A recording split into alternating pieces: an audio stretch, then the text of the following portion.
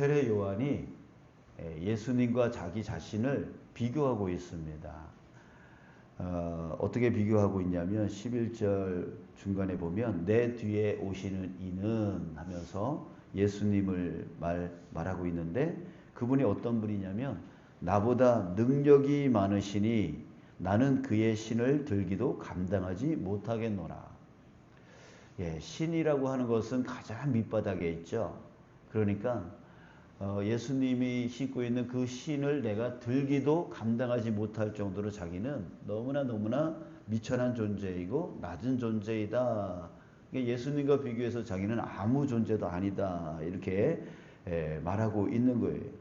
근데 사실 세례 요한도요, 당시에 엄청난 존재였습니다.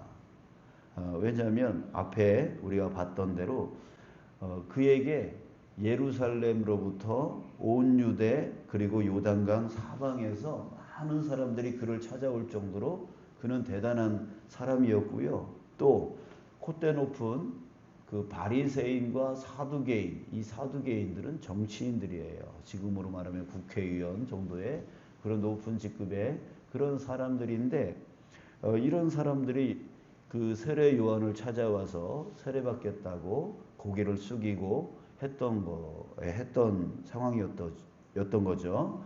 그랬을 때 세례 요한 자체도 정말 당시에 엄청난 사람들의 지지를 받는 그런 높은 사람이었는데 이 세례 요한이 예수님과 자기를 비교했을 때 자기는 예수님의 신조차도 이렇게 들기도 감당하지 못할 정도로 자기는 아무런 존재가 아니다. 이렇게 예수님을 높이고 있습니다. 자, 그 이유에 대해서 말하고 있는데요.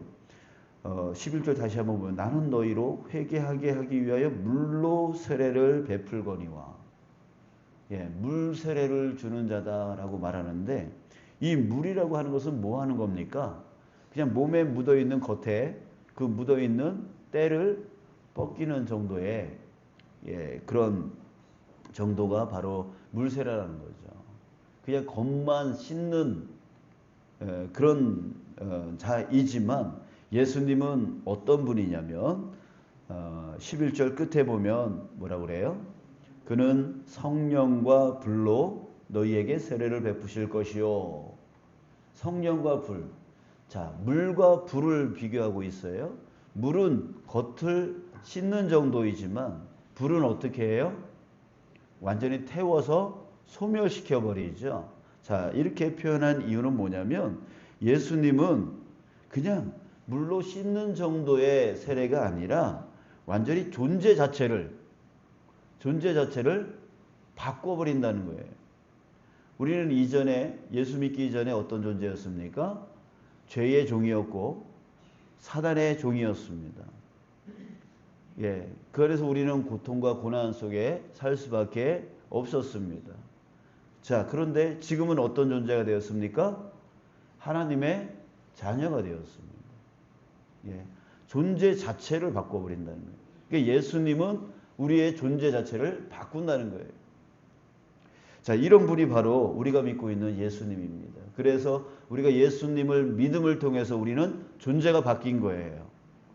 존재가 바뀐 거예요. 그냥 옛날 모습보다 조금 나은 그런 도덕적으로 윤리적으로 조금 더 착하게 살아가는 그런 존재가 되어진 게 아니에요. 변화의 존재가 아니라 완전히 바뀐 존재가 되어집니다. 그래서 우리는 거듭났다라고 하는 표현을 쓰잖아요. 다시 태어났다라고 하는 표현을 쓴 거예요. 누구 때문에? 예수님 때문에. 그래서 예수님은 바로 그런 분이시라는 거죠. 거기다가 12절에 보면 손에 키를 들고 자기의 타작마당을 정하게 하사 알곡은 모아 곡간에 들이고 쭉정이는 꺼지지 않는 불에 태우시리라. 자, 이 말은 뭐냐면 심판하신다는 거예요. 그러니까 예수님은 심판의 주예요. 우리의 그 길을 결정할 수 있는 권한을 갖고 계세요.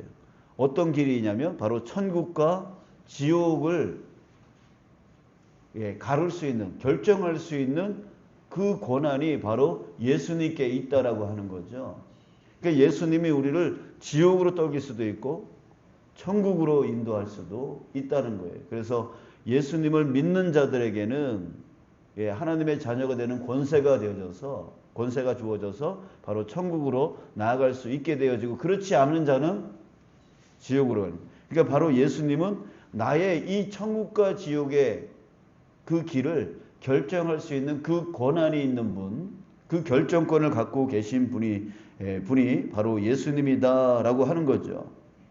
그래서 베드로는 이렇게 고백했습니다. 다른 이로서는 구원을 받을 만한 다른 이름을 우리에게 주신 것이 없다. 그러니까 예수님만이 우리를 구원하신다, 천국으로 이끌어 가신다라고 그렇게 말을 했고요. 자, 그렇습니다. 여러분, 우리가 구원을 받을 만한 다른 이름, 다른 어떤 것도 없어요. 바리새인과 사두개인들에게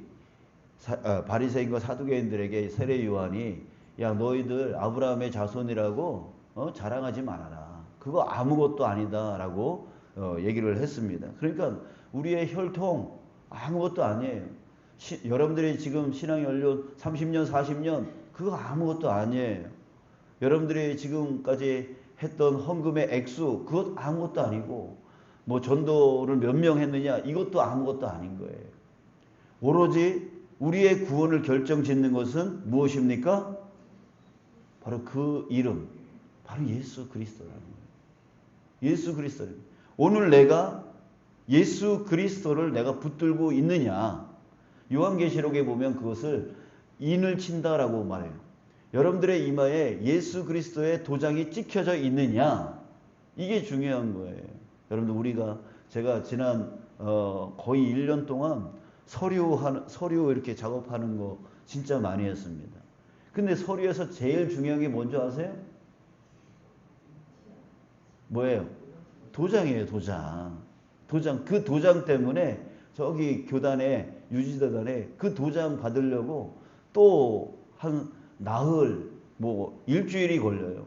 본회에서 도장을 찍어 와야 여기서 신청을 할 수 있고 뭘 할 수 있는. 이 도장 없으면 아무것도 되어지지 않아요. 그런 것처럼 여러분들에게 도장이 찍혀져 있어요. 그 도장은 바로 예수 그리스도라는 거예요. 여러분들의 혈통도 아니고, 여러분들의 연수도 아니고, 여러분들의 능력도 아니고, 지식도 아니고, 다른 어떤 것도 아니에요. 오로지 예수 그리스도라고 하는 그 이름이 찍혀 있을 때에 여러분들이 천국과 지옥이 결정되어진다는 그 고난의 이름이 바로 예수 그리스도예요. 그러니까 여러분, 그저 물로 겉만 씻는 그 정도와 완전히 존재를 바꿔버리고, 그리고 우리의 영원한 삶을 결정할 수 있는 그 고난의 존재, 바로 예수 그리스도가 얼마나 자기 자신과 비교도 안 될 분으로 여겨지겠어요, 세례 요한에게. 여러분, 저와 여러분들이 지금 믿고 있는 예수님이 누구이신지를 오늘 깨닫는 저와 여러분들 되시길 축복합니다. 아멘. 자, 그런데 그 예수님이, 그 높으신 예수님이 세례 요한에게 와서 물 세례를 받으려고 지금 하신단 말이에요. 그랬을 때 세례 요한이 그거를 받아들일 수가 없어요. 제가 당신께 세례를 받아야 되는데 어떻게 당신이 저에게 오셔서 세례를 받습니까? 라고 하면서 거부를 했는데 예수님이 한마디를 하십니다. 15절, 모든 의를 이루는 것이 합당하니라. 이 말 한마디에 그대로 세례 요한이 순종을 합니다. 여기서 모든 의가 무엇일까요? 바로 하나님의 구원 계획인 거죠. 하나님의 구원 계획, 하나님의 뜻인 거죠. 이것이 하나님의 뜻이고 이것이 하나님의 과정이다. 구원의 과정이다라고 말해주고 있는 거예요. 그랬을 때, 자, 여러분, 그렇게 해서 예수님이 물 세례를 딱 받으니까 그 다음에 어떤 일이 일어났어요? 성령이 임했어요. 성령이 비둘기같이 임했다라고 하고, 그리고 나서 음성이 들렸습니다. 하나님의 음성이 들렸습니다. 이는 내 사랑하는 아들이다. 이 음성이 들렸습니다. 자, 그러니까 지금 성자 예수님께 누가 오셨냐면 성령 하나님, 성부 하나님이 오신 거예요. 자, 이는 전에도 말씀을 드렸습니다. 예수님이 어떤 존재다? 신적 존재임을 많은 사람들 앞에 확증한 사건입니다. 자, 그러나 그뿐만이 아니에요. 그뿐만이 아니라 예수님은 이 땅에 사람으로 오셨어요. 왜 사람으로 오셨어요? 우리와 똑같은 모습으로서 하나님을 어떻게 믿어야 되는지에 대한 본을 보이시기 위해서 이 땅 가운데 오셨어요. 자, 그렇다면 지금 이 물 세례, 성령 세례, 그리고 하나님의 음성, 이 또한 우리의 구원의 과정을 예수님이 그대로 보여주신 거예요. 자, 우리도 물 세례를 받습니다. 그죠? 신앙생활 하다가 물 세례를 받습니다. 근데 그 물 세례가 끝이 아니라는 거예요.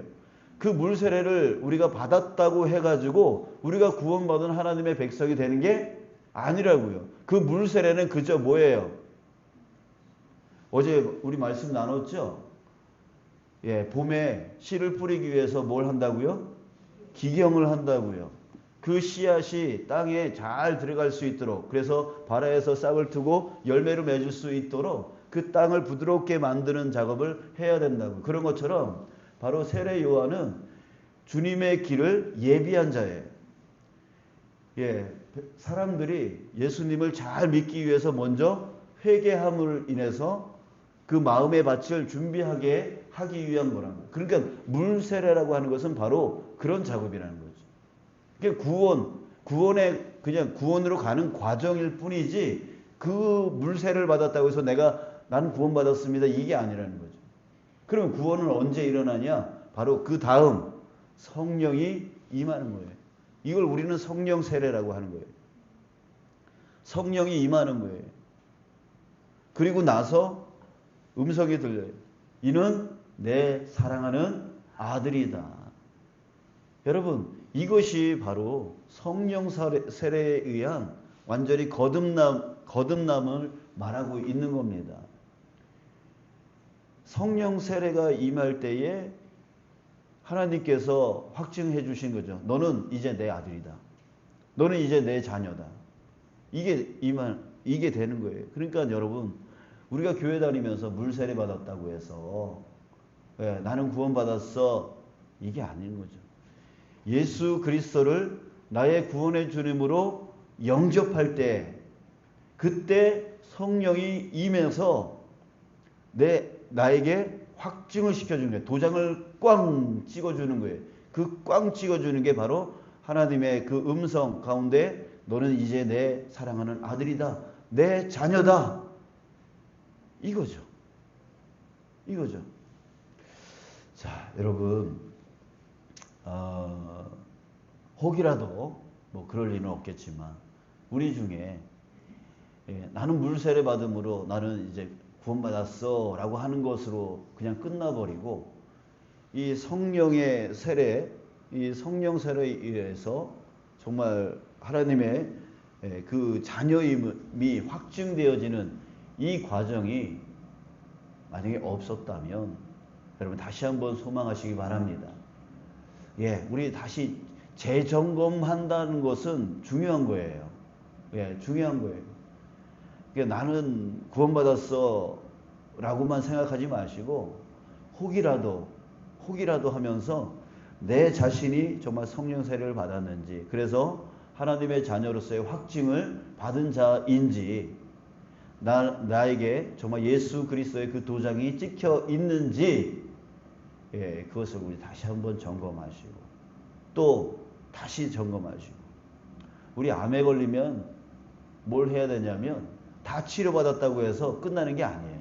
수술했다고 해서 끝나는 게 아니죠. 예, 항암 치료 받았다고 해서 끝나는 게 아니에요. 3개월에 한 번씩 오래요. 가가지고 뭐 하냐면 CT 찍고 뭐 이렇게 해가지고 점검을 해요. 또 그 다음에 또 괜찮으면 6개월마다 한 번씩 오래요. 또 몇 년에 한 번씩 오래요. 끊임없이 점검을 해야 돼요. 그런 것처럼 우리의 신앙도 역시 마찬가지예요. 점검을 해야 돼요. 나는 구원받았어. 그게 아닐 수가 있다고요. 딴 것 때문에 내가 구원받았다고 생각할 수가 있어요. 나에게 진정 예수 그리스도 그 이름의 도장이 찍혀 있어야 된다는 거죠. 예, 있어야 된다는 거죠. 자, 그리고 여러분 그러기 위해서 우리는 어떻게 되냐면 성령 세례로 또 끝날 것이 아니라 항상 이제는 어떻게 돼요? 하나님의 자녀가 됐으니 하나님의 자녀답게 살아야죠. 거지가 어느 날 부잣집에 양자로 들어갔어요.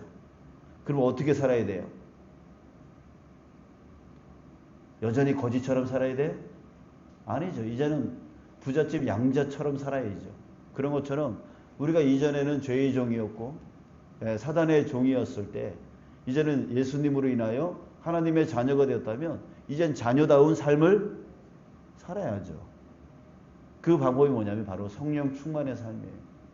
그러니까 성령 세례를 받고 난 것으로 끝나는 게 아니라 이제는 성령 충만의 삶을 살면서 하나님 자녀다운 삶을 살아야 되는 거죠. 어떤 고난이 와도 승리하는 삶. 왜? 나에게 누가 계시기에? 하나님이 계시기에. 예, 승리하는 삶을 살아가야 되는 거예요. 그리고 주님의 뜻을 이루며 살아가는 삶을 살아가는 거죠. 자, 여러분 오늘 예수님이 누구이신지에 대해서 다시 한번 깨닫는 우리가 되어졌으면 좋겠고, 나 자신이 물 세례로 끝난 자이라면 이제 성령 세례를 받아서 하나님의 진정한 자녀로서 확증되어질 수 있는 삶, 그리고 이후에 성령 충만의 삶을 통하여 어떤 고난도 능히 승리하여 이겨나가고 또 극복해 나가고 또 복을 받으며 기쁨과 행복한 삶을 누려나가는 그런 하나님 자녀로서의 삶을 사는 저와 여러분 우리 모두가 되어지길 주님의 이름으로 축복합니다.